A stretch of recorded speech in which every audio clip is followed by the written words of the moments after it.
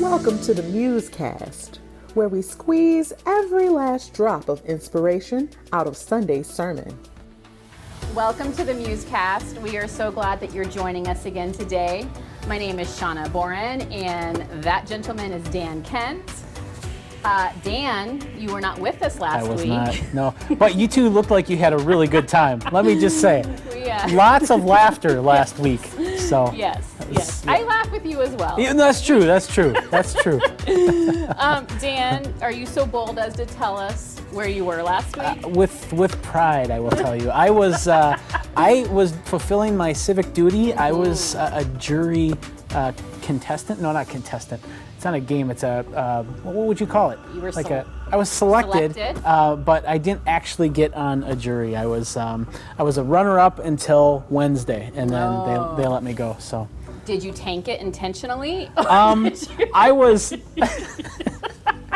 Let me just say, I was very forthright with everything that I thought that the prosecuting attorney and the defending attorney might need to know, so that they might know of any potential bias that I might have in this case. And so I was very, very forthright. I'm very proud of you. You know what, though? It's a great system. I mean, it's not perfect, but it's an impressive system, the jury system. Mm-hmm. So I was impressed with that. But even more impressed that you didn't make the final I was cut. thankful. I didn't think I was an appropriate choice for this particular case. Got it. So, okay. yes. Thank you for sharing. Yes. Again, thank you for joining us. We get to continue the conversation from our weekend sermons. And this past weekend, Dan, we got to hear from Sandra Unger, Dr. Sandra Unger. Got to show her props, and well earned. And then a really beautiful conversation that Greg facilitated between her and her friend Dee. Yeah. And I thought that it was just a beautiful representation of kingdom relationships as they should be, right? Like we've been talking about this work that we're doing to break down the racial divides, and really the way you do that is through relationship. And I thought Sandra and Dee did that really well. Sandra, I love her. She said that she had some good news and some bad news, and she shared the bad news with us first. And the bad news is bad. It's sad.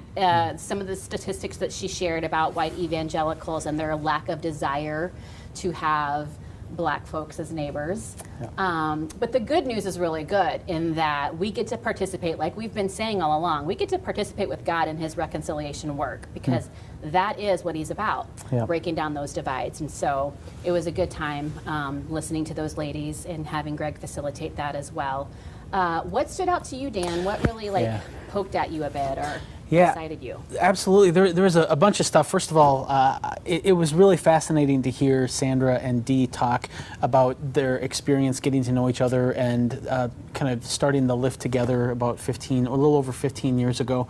I had kind of volunteered at the lift for a while in 2005, 2006, and I just assumed that these two ladies had been friends forever, and that was pretty early on, and so it was really neat to hear kind of the background story, and like in comic books, superheroes have origin stories, and that's sort of what it was like listening to Sandra talk about that, and Dr. Unger, and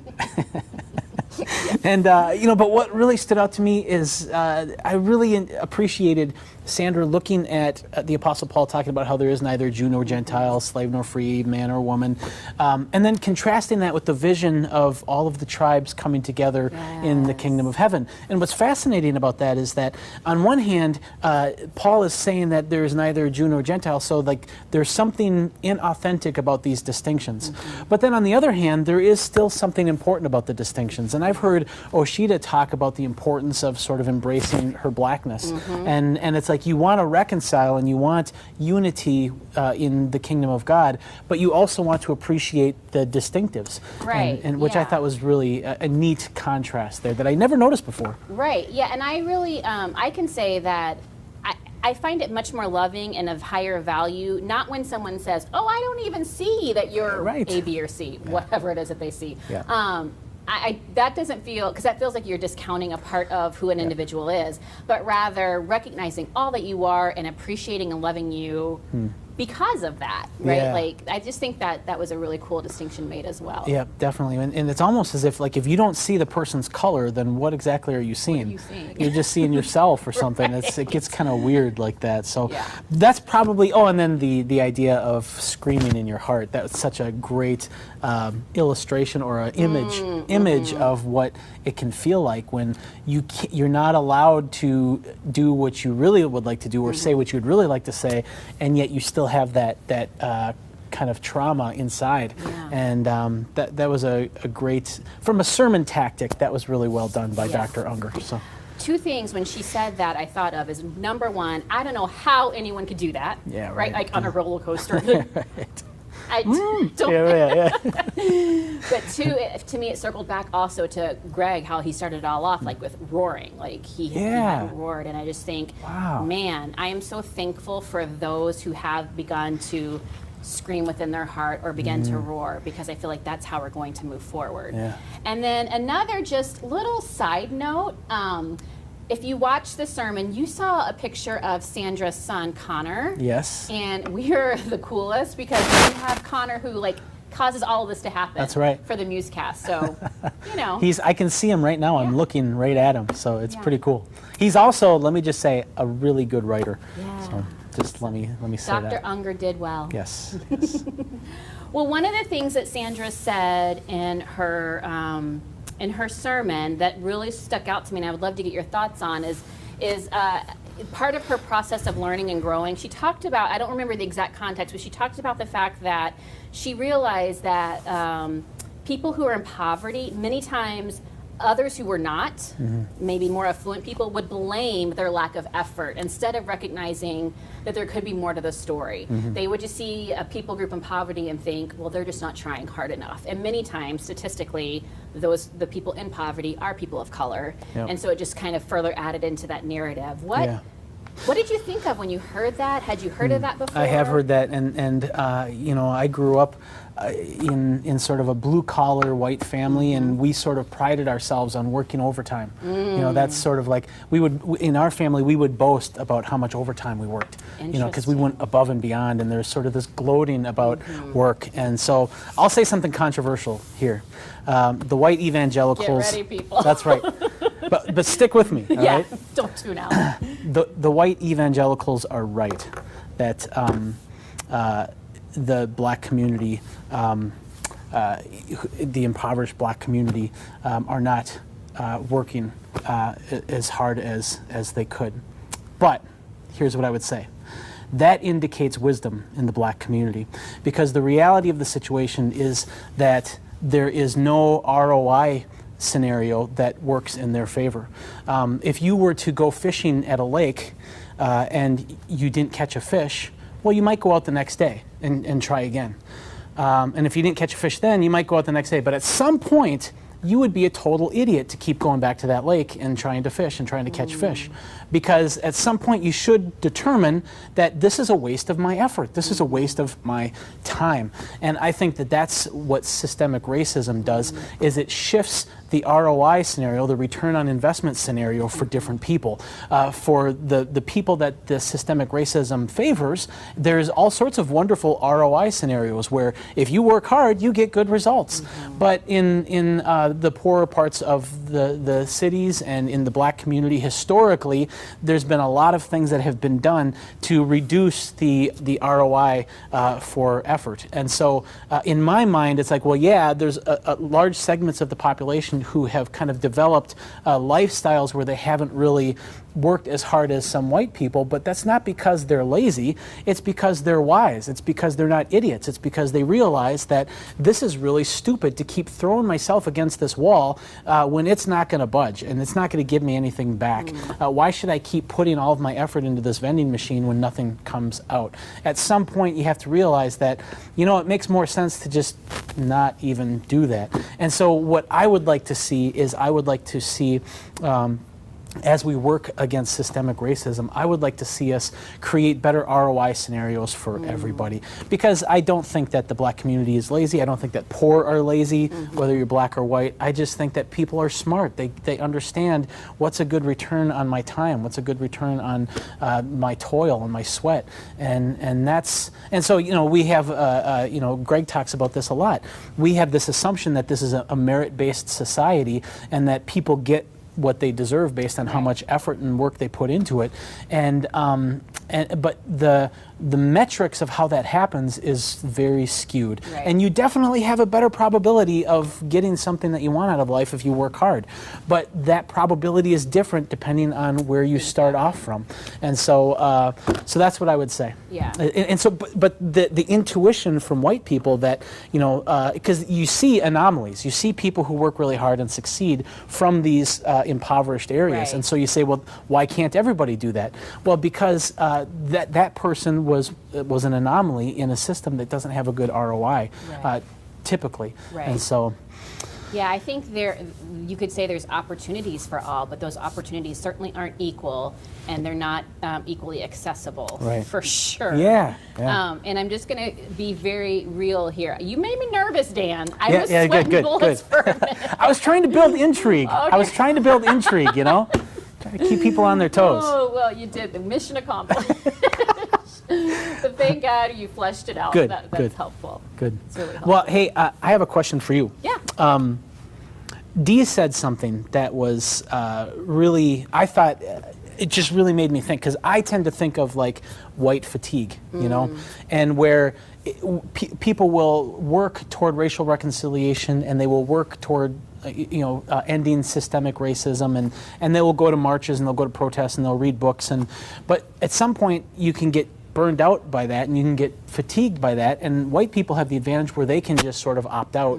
And Dee had said that what she realized in her relationship with Sandra is that she had been living within a comfort zone. And so what I would like to know is, what does that look like from the black perspective? Is there not necessarily black fatigue, because I think everybody in the black community has black fatigue because of the racism. They have racism fatigue.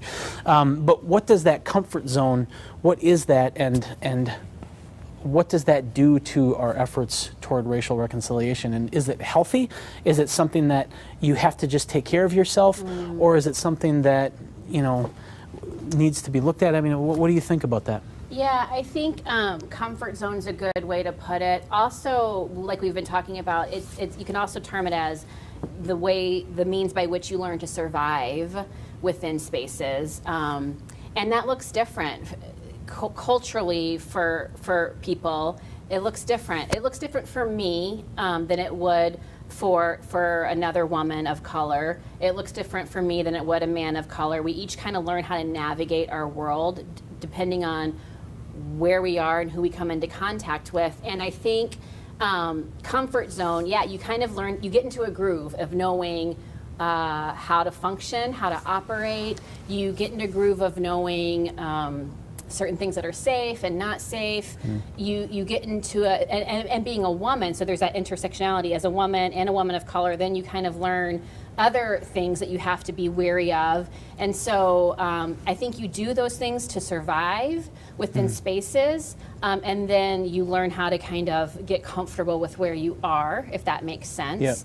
And I think it's not that we just throw our hands and give up because we get tired. The fatigue, I don't think that's the case. It's just you begin to doubt whether or not you're going to see sustaining change, like real change, or you just kind of begin to expect to continue to live your life the way you've always lived it, because that's how you were raised to live, that's how you're raised to survive, that's how you know how to function in society. And so again, you can't, just like you can't speak for all white men, I can't speak for all women of color, and then even all biracial women. I think you learn how to navigate your world as safely and as best as you can, and within that you hopefully find happiness and you're able to thrive a little bit. And I would say if there is exhaustion, it's just that you keep seeing the same scenarios. Maybe it's a different name, it's a different state, it's a different situation, but you keep seeing it over and again, and you begin to wonder, Yeah, that's just. It seems like there has to be a sense of trying to accommodate just so you can get by, and then also a desire to change the thing that you're accommodating to, and so but that takes a tremendous risk, and it takes vulnerability. It takes abnormal effort, and the type of effort that's required to provoke change isn't, I don't think, sustainable, and you have to have comfort zones, and you have to have a place where this is where I live, and then, but this is what I want to change. And so is that right? Yeah, you definitely have to have, let's just say, and when I say your people, I don't mean, everyone looking the same. What I mean is your safe spaces, your people that you feel safe with, where you can just let your hair down and breathe and feel like it's okay, while at the same time recognizing what's happening out there and speaking out against it, to the degree that you feel like you can. I know for me, again, every situation is different, but for me, it's always a little different, because when I encounter any kind of bias, usually it's not quite identifiable, because people aren't quite sure what are you, they're not quite sure, and depending on the answer they hear, it could be, oh, okay, well, now all of a sudden you're okay, now we can engage. Right. Or it could be, oh, I didn't know that, and then there's a withdrawal, and so who's that person? Yeah, it's just, and so so I've had to learn not to build up those walls, because I could easily, whenever I encounter someone, I could very easily just be super standoffish, because I'm more comfortable knowing who I am and being with people who know who I am. Right. That's comfortable and safe. But I feel like that's not what God would call me to do and be. I have to put myself out there in safe ways, and take that risk. But it's a risk that happens daily. And so I and other people of color don't get to just say, not today. Right. I'm going to just chill out for a bit because I'm tired. Yeah. You don't get to do that. I don't know if that answered what you were asking. Yeah, well, I think I just thought it was interesting because, we've been talking a lot about white fatigue and sort of the privilege of being able to step aside, and I didn't even think of of what Dee had said, and so I didn't know what to think of it. So I'm glad. Fatigue, yep. Exhaustion, yep. Sorrow, yep. But also a realization that I can't take off the skin and go live another life for a little bit. Yeah. Just, you don't get to opt out. Yeah. Which is interesting. Let me ask you something now. All right. Okay. Sandra talked about aversive racism. Can you, to your knowledge, explain kind of what that is, and what are your thoughts about that, and how have you experienced that in your life? Yes. I'm sorry. I say that because I think there are a lot of people, when they heard that, went, oh.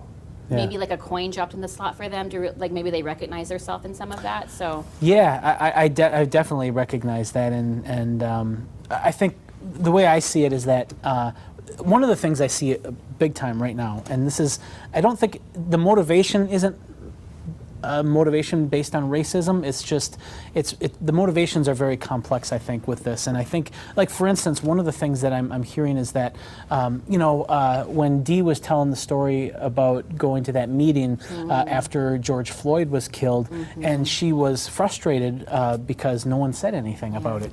And it was just kind of like her people didn't really matter, and this huge traumatic event didn't really matter to people, and so she was frustrated that people didn't say anything.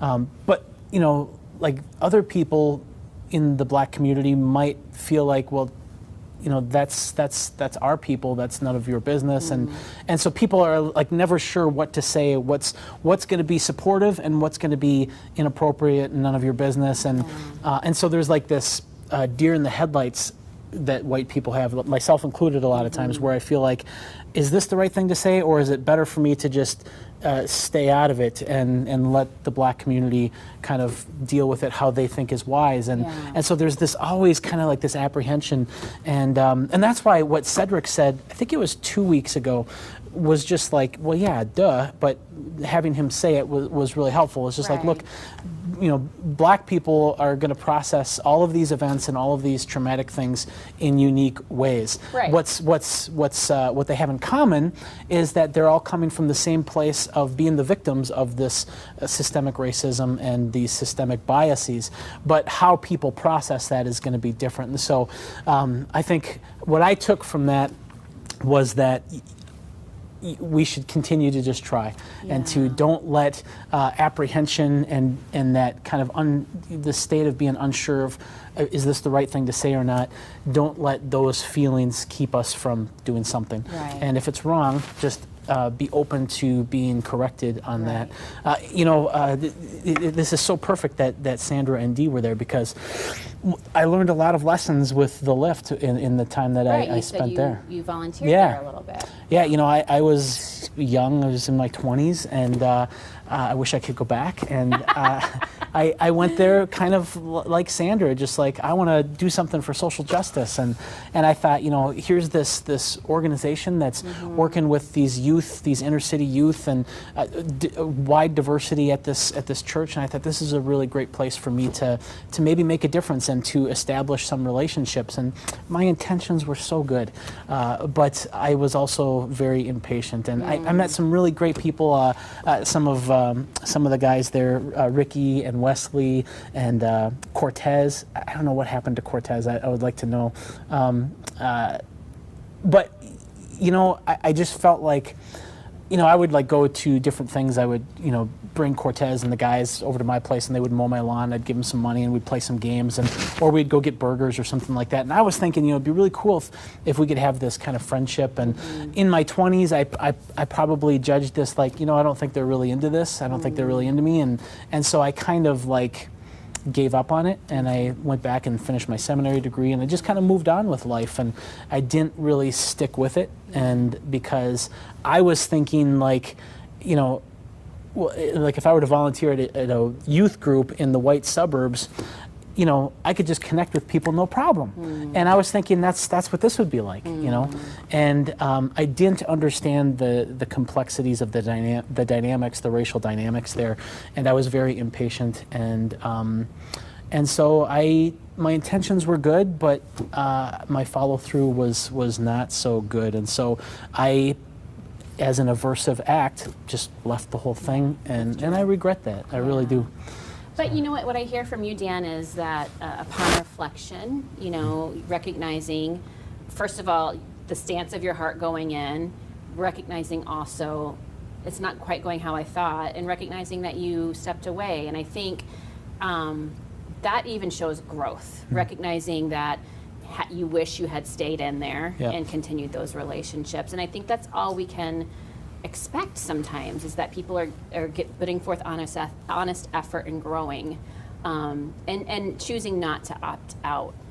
Going back to what Dee said about that Zoom meeting that she was on the day following George Floyd's death, I really resonated with that in some surprising ways that I hadn't even really been pondering within myself. But I realized, so most everyone who knows me knows that I'm originally from Texas. And so if something horrific happens, like a storm comes through Texas, or is known to happen, immediately people up here, people down, we'll get in touch and say, hey, is everyone that okay? They're concerned. But when something like the George Floyd murder happened, it feels like those reaching out, that's lower. And I've heard, and I'm not just making this up in my brain, but I have heard throughout my life, people just go, well, we don't think of you as a part of the Black community. And so because of that, they just don't even think to reach out or see if something affects me. And that is really hurtful and painful, because what that says to me is the fact that I'm from Texas is so very obvious, but that people would think to reach out regarding that. But the fact that I am a woman of color, albeit a biracial woman of color, isn't as obvious. And so that was hurtful. I'm not angry at anyone, but it was kind of my heart got pricked a little bit, and I had to deal with that between the Lord, because again, realizing we do this in relationship, and I feel like I know the hearts of my friends and stuff, but for those of you who think you're going to say the wrong thing, I would say just reach out and love and support, because the silence many times feels larger and feels like a larger betrayal than you stumbling forward Right, yeah. and saying something or doing something that isn't quite right. Does that make sense? Absolutely, and I think the other thing too is that I've had so many great experiences, especially in the last couple years, where I have just put my foot in my mouth and I've just done some really dumb things, and the grace and the kind of the, what would you say, the leash, the looseness of the leash, the tolerance of making mistakes has been high. And you know, I just think that it's the wrong thing. If you say the wrong thing, it's the wrong thing to say, or maybe it's hurtful. But I think that you know, our brothers and sisters, no matter what color they are, I think people can see motives and see what your intentions are, and that doesn't make it right, but it at least fills your efforts with grace and surrounds you with that type of mercy and so. Well, and I think a key element that Dee and Sandra have that they spoke about was the fact that they would be very truthful with one another, and so there were times when Dee would say that was a really dumb move or a dumb thing to say or do, and vice, you know.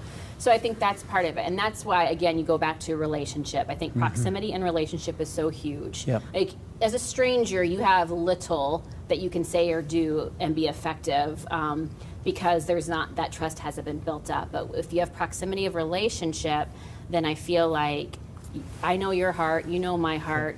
There's room and grace to like stumble our way through together because we trust one another, and I think that's important. I think absolutely, and I think that, you know, we need to change laws and we need to change things in our system so that these biases aren't affecting people disproportionately.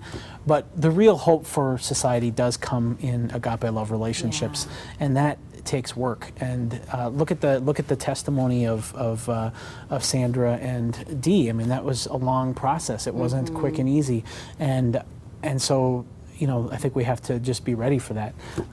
We need to change law and we need to do those things, but we can't rely on that for our long-term hopes. Right. So. That's not the end game. Greg talked about that.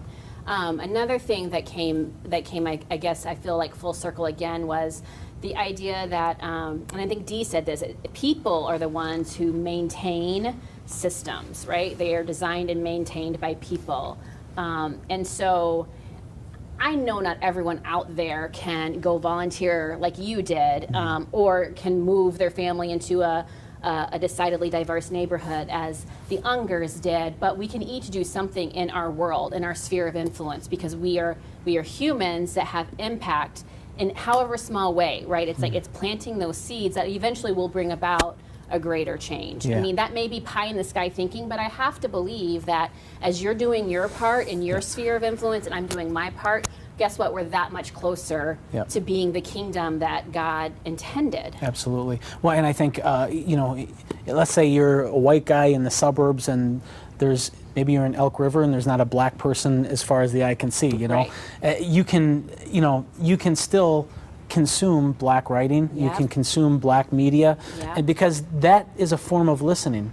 And thanks to modern technology and the printing press, you actually don't need proximity to just listen. Absolutely. And so that's, anybody can do that. And so, you know, if you read 20 books a year, make 2 of them from a black author. You know, just mix that in. So mix it in. I do want to say that, you know, in terms of how this series has gone, obviously it was very impromptu. We didn't like a lot of our series, we plan out. 6 months in advance, we'll plan these things out. We are already working on a Sermon on the Mount series. We've been working on it for 2 months. It's not going to start for a while yet. We have it all mapped out. This one was sort of like, what's going to happen this week, you know? But it's so fascinating how you said it's kind of full circle. I can't remember what the first thing you said was. Greg started with what? Like something about the voice or something? Yeah, the roaring. The roaring, that's right. The roaring, and then the screaming in the heart. And that's so beautiful how that came full circle. But also, you know, obviously there's a major racial problem in this society. What exactly the nature of that is, there's all sorts of debate, and you've got talking heads saying all sorts of things. But what's for sure is that there is a problem. And so we spent a lot of time sort of analyzing and critiquing what is systemic racism racism and what is the nature of this problem, and we sort of poked and criticized a lot of stuff, and it was really nice to have Sandra and Dee at the end of all that just model what a biracial relationship can look like that is forged over a decade, 2 decades, and modeling what it looks like to reconcile and to have an agape love relationship. And because it kind of turns from like being critical of the situation, which is necessary, to modeling what's right. And I just thought it was a great full circle act. Yeah, so beautiful. It's like that's what we've been talking about, right? Like there is nothing that should divide us. We should be unified. And the fact that they sat there unified, you can tell they have a love for one another, and they were very real with that, was just so beautiful to see. And I just want to say thank you, Dan, because I know you have a part in helping to shape the sermon series, and thank you all for tuning in, and thank you to Woodland because again, full circle, we did not stay silent during this. That's right. And many did. Yeah. The cost was too great, and we didn't. And we've been discussing it for weeks and weeks and diving in. You know what's amazing? Wow. You know what's amazing is I had no idea how deep and rich our leadership is in this church until this happened. Just hearing the wisdom and the kind of just the, I don't know, just like the, it's not really, it's like wise passion of like Cedric and Delon and Sandra, of course we know, and Dee, and just all of these people who have come forward. It just makes me so proud of this church, and I love to have love to be a part of this. So. Yeah, it's a fun place to be a part of because you know that we're together trying to do that kingdom work, and it's and together, really like together trying to do it, and I love that. Well, guess what? Time's up. Time is up, my friend. Thank you all so much for joining us. We, again, invite you to check us out next week. We'll be back this weekend with another sermon, and then the MuseCast will be here on Tuesday. We will continue the conversation. We appreciate all that you guys are doing to learn alongside with us. We are together moving forward this kingdom, and we're so thankful for your part in it. Have a great day, guys.